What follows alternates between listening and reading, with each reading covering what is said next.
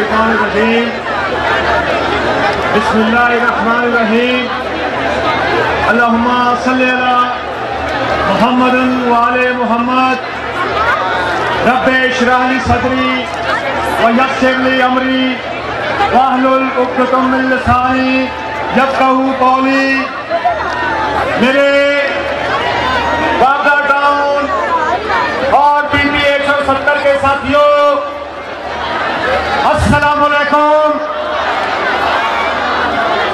अजीज दोस्तों, ख़वातीनो हज़रात,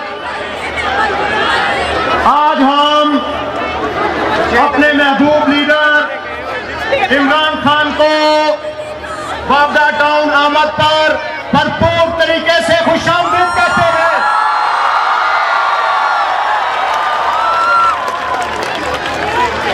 मैं आपको 6 माह पीछे लेके जाना चाहता हूं, जब कप्तान इमरान खान ने हमें परेड ग्राउंड में बुलाया था। परेड ग्राउंड में इमरान खान ने अहम ऐलान करना था। उस वक्त आपके कप्तान वजीर आजम थे। जब हम यहां गए परेड ग्राउंड में, तो कप्तान इमरान खान ने एक लेटर को लहराया था। वो लेटर क्या था?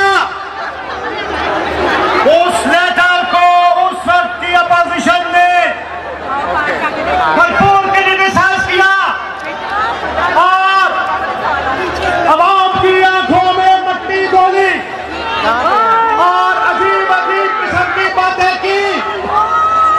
लेकिन मेरे कप्तान का विजन देखें।